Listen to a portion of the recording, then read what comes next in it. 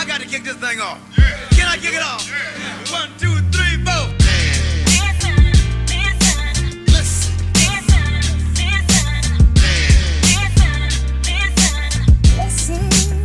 Ladies and gentlemen, listen.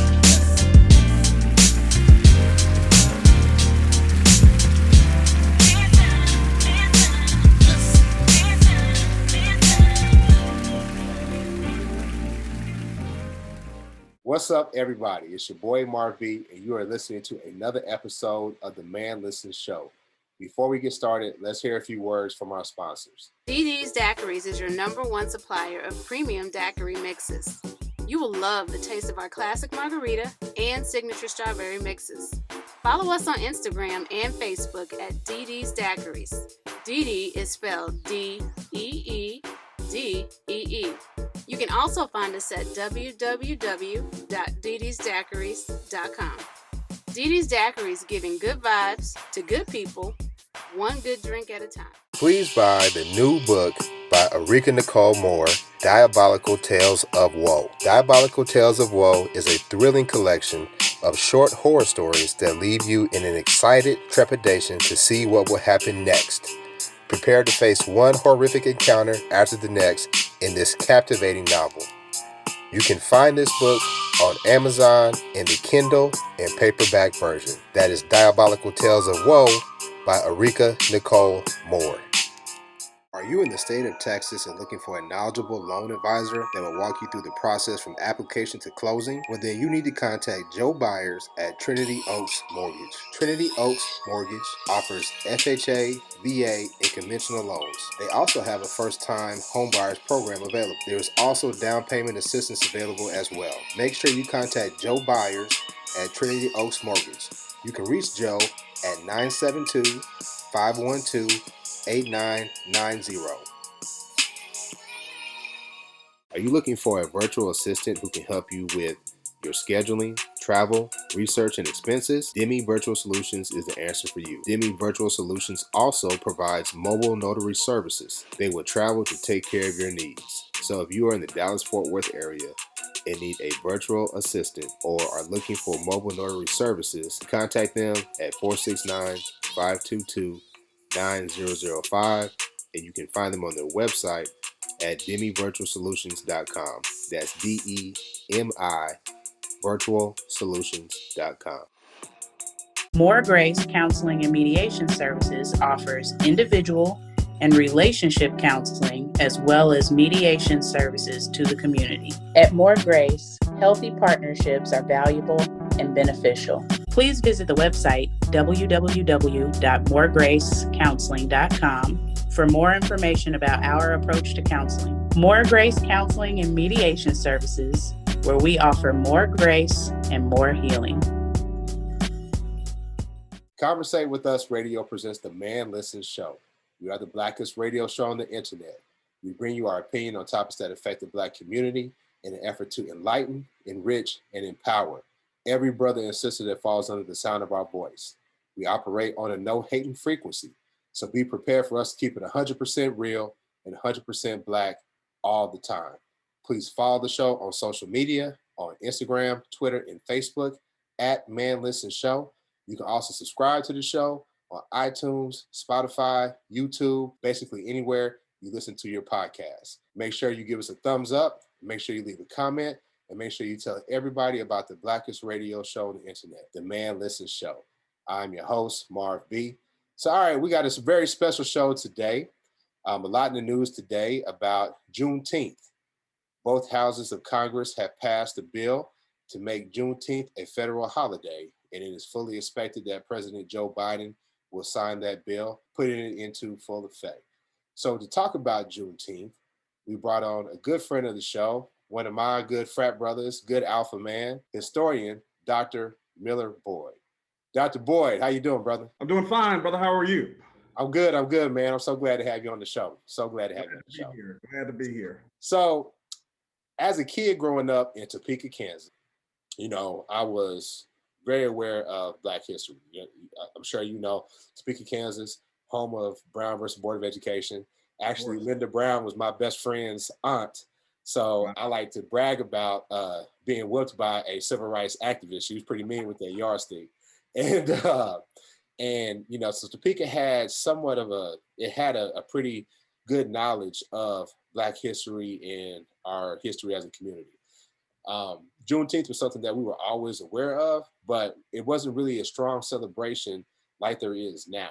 I mean, honestly, the only thing that they really did for Juneteenth where I grew up was they would open up the swimming pool that was in the Black neighborhood. They'd make it free for all the Black kids to come. And that's how we celebrated Juneteenth. So you could go to the pool and swim for free. I don't think really many of us really knew the meaning of the holiday until we got older, because it definitely wasn't something that was taught in school. It definitely wasn't something taught in class. And as I became older, I found that there were people across the country that didn't know about Juneteenth, Black people, all across the country, adults that did not know about Juneteenth as a holiday. So it's in the news now, but I want to talk to you, and why we have you on the show, to kind of break down the history of Juneteenth and why it should be important to everybody. Sure. Once again, Marvin, thanks for having me on. I was in college when I first heard about Juneteenth. I'm from St. Louis, and we really didn't celebrate it growing up. And I went to, for undergrad, I went to Xavier University of Louisiana. And it was the first time I'd ever heard of Juneteenth. And it got me interested in it. And, for a long time, it was a regional affair. Juneteenth celebrates the end of slavery in Texas. It is the point, it commemorates the date June 19th of 1865, when the last enslaved people in Texas found out that they were free under the Emancipation Proclamation. Now, here's the thing about the end of slavery in America, especially during the Civil War. It's not as clear cut as a lot of people might think. A lot of people think that with a stroke of a pen in 1863, that Lincoln basically freed all enslaved people. But that was not the case.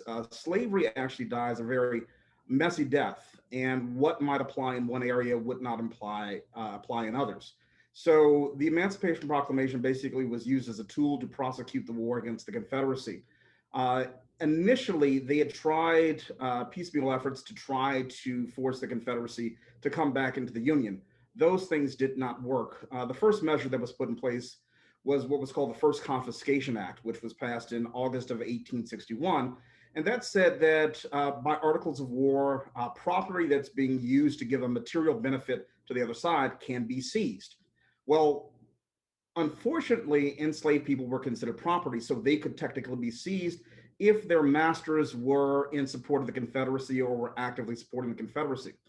Well, this was kind of a warning shot over the bow to the Confederacy and to rebel supporters. And the following year, in July of 1862, we have what's called the Second Confiscation Act that's put in place that says that enslaved property could not only be seized, but freed as well. So that was kind of an early way that people could actually get their freedom legally instead of just running away to an area where slavery was illegal. But the Emancipation Proclamation was something Lincoln was pondering over in July of 1862. His cabinet wanted him to have a major victory before he actually put this in place. And so that victory comes at the Battle of Antietam in September of 1862, September 17th. And it's going to be 5 days later, on September 22nd, that the preliminary Emancipation Proclamation is issued. Now, this proclamation is, void of any concessions. It's void of any attempt to try to reunify the country based on some type of compromise. It was a pretty heavy-handed approach to ending slavery and trying to force the South to capitulate. The issue is that when you read the Emancipation Proclamation, it only applied to states that were still in rebellion to the Union. And also areas that were still occupied by the Confederacy. So states like Missouri, Kentucky, Delaware, Maryland, these were all slave states that never seceded. And so they were allowed to keep their slaves. They were exempt from the Emancipation Proclamation. Another area that was exempt was the area that became West Virginia, because, Virginia was actually a super large state. West Virginia was not even a state until the Civil War. Parts of Louisiana, New Orleans, because it had been captured early in the war in 1862, they were also exempt. So, there was a lot of talk at the beginning of the war about the meaning of the conflict. Was it a war to destroy slavery? And at the beginning, it was not. Now, enslaved people and abolitionists took it as an opportunity to push their agenda forward. So fast forward, we're going through the war. Now, the Emancipation Proclamation goes into effect on January 1st of 1863. Now, the big thing about the enforcement of the Emancipation Proclamation is that in order for it to actually work, enslaved people had to either flee to Union lines, get there somehow, or the Union had to come in and occupy a place that had been controlled by the Confederacy and where there were enslaved people there. So that happens in a number of different places as the South falls and as enslaved people leave their plantations en masse and try to get to Union lines. Well, Texas is going to be kind of the last frontier of the Civil War. The last shots of the Civil War were fired on May 13th of 1865 at the Battle of Brazos Santiago down near Galveston. Interestingly enough, the last shots of the war were fired by Black men from Missouri and who eventually were the founders of Lincoln University in Jefferson City. So it's going to be since Texas was still in rebellion to the Union, we know that Lee surrenders to Grant April 9th of 1865, but the war is still continuing, and that's why we get that May 13th conflict and some other skirmishes that will happen after that. But there were still about 200 to 250,000 enslaved people in Texas that were still legally held in bondage. You can blame that on 19th century communication, but also the Union did not really have a true presence in large parts of Texas. So those people were not emancipated. They either didn't know they were free or they could not secure their freedom. And it's going to be on June 19th of 1865 when Major General Gordon Granger arrives in Galveston and announces that slavery is over. It's called General Orders Number 3 that does a few things. Number one, it announces that for those people who were covered under the Emancipation Proclamation, they're free. And that would be all of those people in Texas. The other thing that it does, and which is very different from what was going on before Lee surrendered to Grant, was the fact that it also indicated that enslaved people or formerly enslaved people would not be given charity by the government, and basically indicated that they should work for themselves or work for their masters for wages. Before this, there was a lot of destitution, a lot of people running away, and a lot of people were cared for in Union camps. And before the war, during the war, while they were still trying to find people to fight, they were persuading Black men to join the army. And they were also, in places like St. Louis, they were establishing free labor contracts with loyal employers to furnish working opportunities because slavery was dead and many farmers, plantation owners still needed those fields cultivated, and they couldn't with people not being there. So the Army helped to facilitate those things.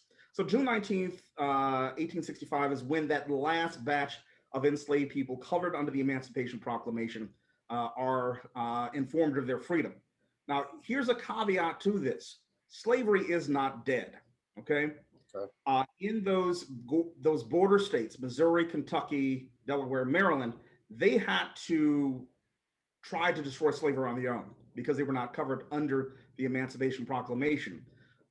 Maryland outlaws slavery in November of 1864. Missouri outlaws slavery with their new constitution on January 11th of 1865. But it's going to be Delaware and Kentucky that still legally, even after Juneteenth, still legally traded slaves and recognized slavery as an institution. They are not going to emancipate their enslaved people until the 13th Amendment is ratified by the states in December of 1865. So Juneteenth is symbolic, but it is also really important for those people who come from that region and those people who were covered under the Emancipation Proclamation. Not saying it was the end of slavery, but it was nearly the death knell, and it was something that people in Texas, in those areas where people lived in and around Texas, those people who fled from Texas and moved to places like Oklahoma, Arkansas, Louisiana, it was a special date in their mind and something that they have held on to since 1865. You know, because I remember being a young man and this white guy approached me. He had asked me. He said, "Hey, when were the slaves? When did slavery end?" And I said, "Juneteenth." And he was like, "No, no, that's not right." And he read out the day for the Emancipation Proclamation. He was trying to do like a gotcha moment by saying, like, "See, you guys don't even know when you were set free." And I said, "No, I know what we celebrate. We celebrate Juneteenth, June Right. 19th." And I think it speaks to the fact that um, a lot of us just weren't given that history. I mean, there's so much that we weren't made aware of. I mean, I learned about the Tulsa race massacre in the IHOP. We talk about it on the show all the time. Being Brother Lav, we talk about how we learned about it in the IHOP at 2 o'clock in the morning after leaving the club. A brother came out to us and said, "Hey, you ever heard about Black Wall Street?" And he dropped knowledge on us right then and there. And you're talking about two college-educated Black men who Yeah. weren't aware of that. And I know other Black people, and I don't feel ashamed about that because I know other Black people who are well into their 40s, 50s that never knew about what happened in Tulsa. So, you know, while it's a shame that you would think that we would be more aware of Juneteenth, it's not, you can tell it's by design that we weren't given the knowledge about our history. Because me and a lot of people on our show, my sister Rika and C, we always gave people a hard time because we saw people who were celebrating St. Patrick's Day. We saw Mm. people who were celebrating Cinco de Mayo. We saw people who were celebrating July 4th. And we said, "Hey, we don't see y'all celebrating Juneteenth." And now I look back at it and I said, well, maybe we could have been a little bit more compassionate because maybe they just weren't aware. But it's our job to make them aware. And you know, we're kind of gloating about it now because we're saying, hey, listen, y'all remember when we say, y'all remember when we were tripping, when we were telling y'all, hey, you need to be celebrating Juneteenth. Now it's about to be a federal holiday. So I'm gloating a little bit about that. But Uh, like you said, it wasn't really clear cut. But we also know that even after the slaves were set free, after they were given their freedom, there was a period of Reconstruction where we flourished, and then that freedom was taken away. So talk about the life of Black Americans during that time period, because I think it's good for us to take this opportunity to make people who aren't aware of how we flourished when we were left alone and able to provide for ourselves, and we weren't bothered by white supremacy, and then what happened to take that away until the 1960s when the Voting Rights Act and the Housing Act and everything was put into effect. So talk about the life of Black Americans right after Juneteenth and when slavery was abolished. Sure. I just want to address a point that you had just said earlier before I go to that point. You talked about how people kind of have kept that information from us. There's also another explanation why people didn't talk about certain things like the Tulsa race riot, like the East St. Louis race riot of 1917, the Atlanta riot of 1906, the Springfield riot of 1917. I'm sorry, 1907, I think. Um, it's because a lot of African Americans who went through that, they were traumatized. And those things and those people who experienced it didn't want to talk about it. That makes sense. And for a while, people who had been enslaved tried to get away from aspects of their lives that reminded them of their enslavement and all the horror that came along with that. And so there were some stories that were not passed on, not because they didn't think it was important, but just because they didn't want to relive those stories of what it was like to experience hell on earth in many ways. But to your second point, Reconstruction is really interesting because it affects different places in different ways. And Du Bois called it, you know, a brief moment in the sun for African Americans. And sometimes we have a romanticized view of Reconstruction, the Emancipation Proclamation, and so forth. My major research focuses on the African American experience in Missouri. And after emancipation, after slavery was outlawed, it was not good for a lot of people. And there were some African Americans, formerly enslaved people, who said it was one of the most stupendous evils to free people and not give them some type of path to stability. So what happens is that after emancipation, after Juneteenth, you know, there's still a lot of confusion. There are people who want to still continue to hold people as slaves. And white supremacists, former Confederates, Confederate guerrillas are going to fight back against that. There were people who were actually lynched and murdered and killed because they did not want to go back into slavery, even though it was outlawed. The big thing that I find is that you have a lot of people right in those immediate days after who are struggling just to find food, water, shelter. And when you think about kind of Maslow's hierarchy of needs, those are the baseline needs that people need to have met. Voting rights, great. Uniform, great. Citizenship, great. But if you're not getting fed, if you don't have a roof over your head, if your wife is dying of smallpox, if your children are literally starving, are you really concerned about those other things? The answer is no. And so what you have is a lot of people who had been dependent upon their master to provide basic needs go from being dependent to independent people in one fell swoop. In Missouri, emancipation comes down, as I said, on January 11th of 1865. And the day after, there are reports of people basically expelling people from the plantations without adequate clothing, food, provisions for Missouri winter. And so you start having destitution. You have people living in abandoned houses. You have a proliferation of disease. You've got people fleeing to Union lines, and some people don't want to even take care of them or feed them. And so there had to be things put in place. And you've got to think about this, Marvin. This was not, in the early 1900s, the Civil War, Reconstruction was not a distant history. And for real, if you think about it, it's not a distant history today. When I think about my own family, my great-grandfather, my dad's grandfather, was born into slavery in Virginia. I'm third generation born free on my father's side. And when I think about it, also, when African Americans truly got the full rights and privileges of citizenship, that was 1965. That was 11 years before I was born. So if you think about that.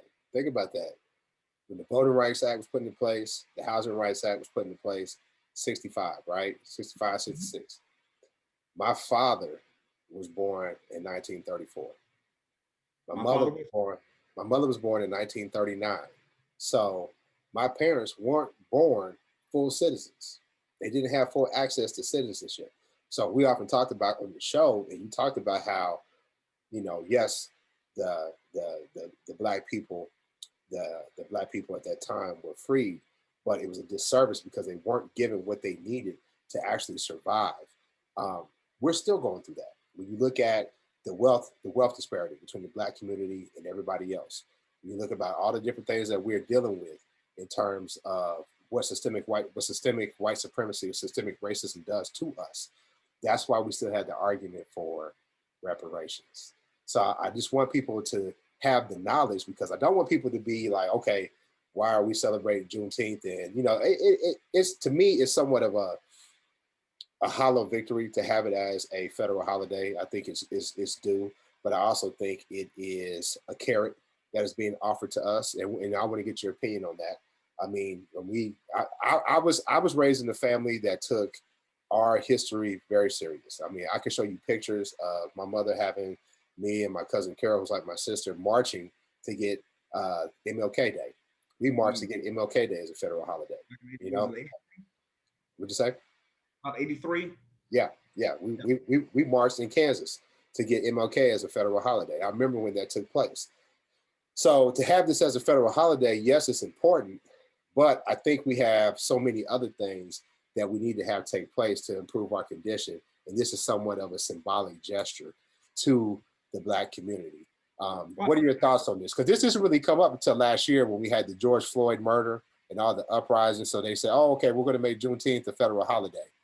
Is that what we really need?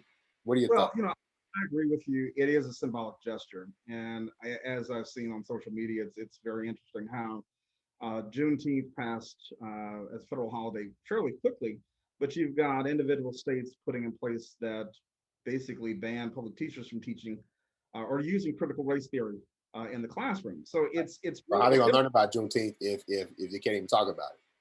I mean, it really is hypocritical.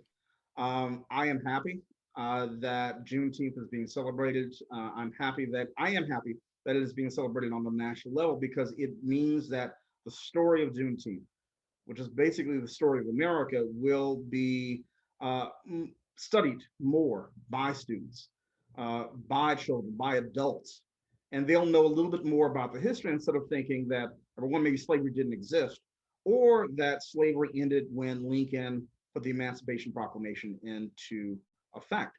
And the reality is that it's so much more complicated. Even with the 13th Amendment, when you look at that, there are caveats to involuntary servitude, and of course that's incarceration. So I think for a lot of people, it's moving the bar forward. Is it going fast enough? Absolutely not. Is it going far enough? No. But I am happy that it is being taught, that it is a federal holiday, and that more people are talking about it. I mean, I'm glad here in St. Louis that we are celebrating it, even though Juneteenth didn't apply to St. Louis. It didn't apply to Missouri. It didn't apply to the region, but it is a celebration for the larger African American community of the end of slavery for a large portion of our brethren or our sisters enslaved. But I definitely think that we need to see more tangible things that give us protection, that close the race gap, like reparations. We see that Congress can become very motivated for other people. When the Asian hate crimes were going along, they passed that bill very fast. We talked about the Voting Rights Act. That needs to be readdressed with all the things that we've been seeing across the country that the Republicans are putting into place to try to limit our ability to vote. So there's a lot of work to do. And, I'm glad, but I don't want us to throw too big of a pep rally about this because there's still work to do. And speaking of pep rally, last question.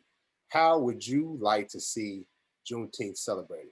Do you want it to be something like Cinco de Mayo on St. Patrick's Day, where you see people out getting drunk and celebrating and partying? How would you, as an historian, a Black man, like to see us honor this day? Well, I think I'd hate to see it commercialized, but that's probably what's going to happen, unfortunately. I think it has to take on a sacred quality for African Americans, because this is a part of our story.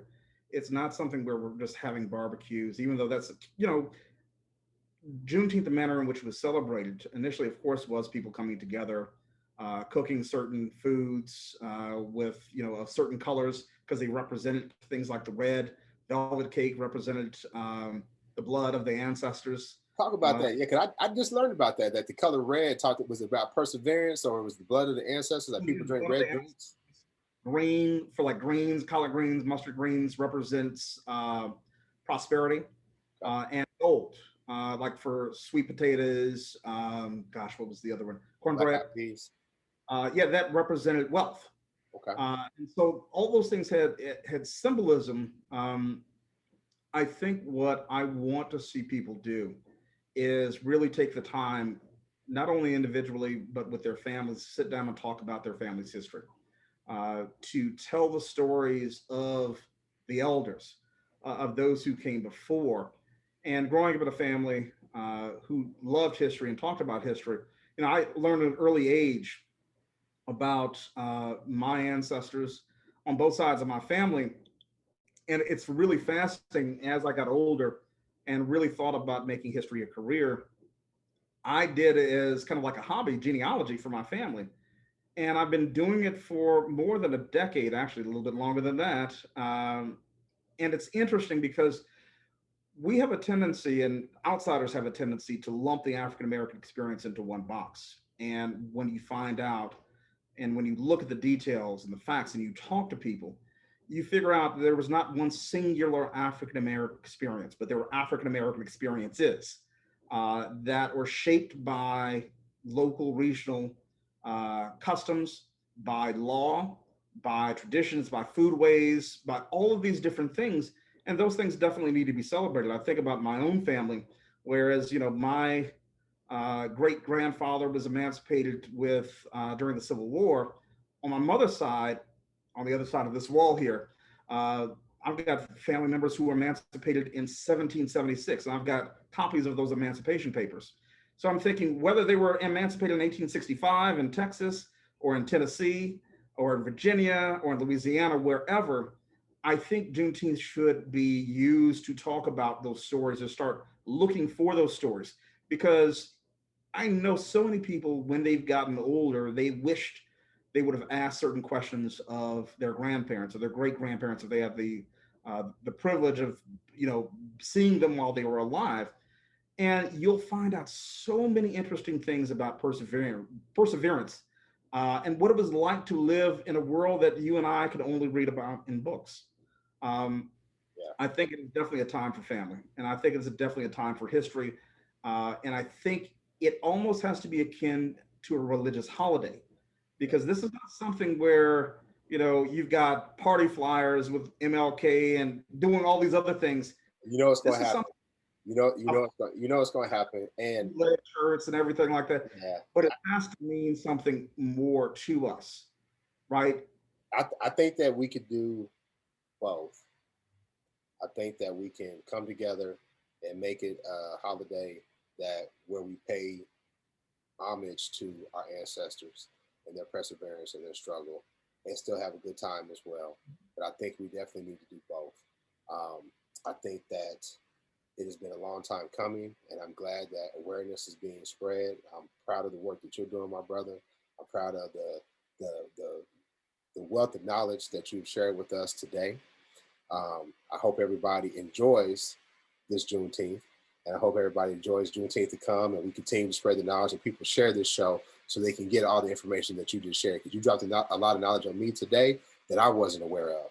And that's why we do this show, because we want to enlighten, enrich, and empower every brother and sister that falls under the sound of our voice. And that's what you did today. Because we've always said here on the Man Listen Show, the only day of independence we acknowledge is Juneteenth. Now, we're still going to take July 4th off. We're still going to take July 4th off, and we're going to cook. But we ain't recognizing that day. We recognize June 19th. For you on that, though. I got something for you on that. Did you know that during the Civil War, the South and many whites stopped celebrating the 4th of July? And places like Vicksburg, they didn't celebrate it for 80 years. You know why? Why's that? Vicksburg was captured on July 4th of 1863. Okay. Giving the Union Army basically access to most of the Mississippi River. July 3rd was when Gettysburg, the last day of Gettysburg, came to an end. And for a long time, the 4th of July, even though we go back to Frederick Douglass, who said, "What to the slave is the 4th of July?"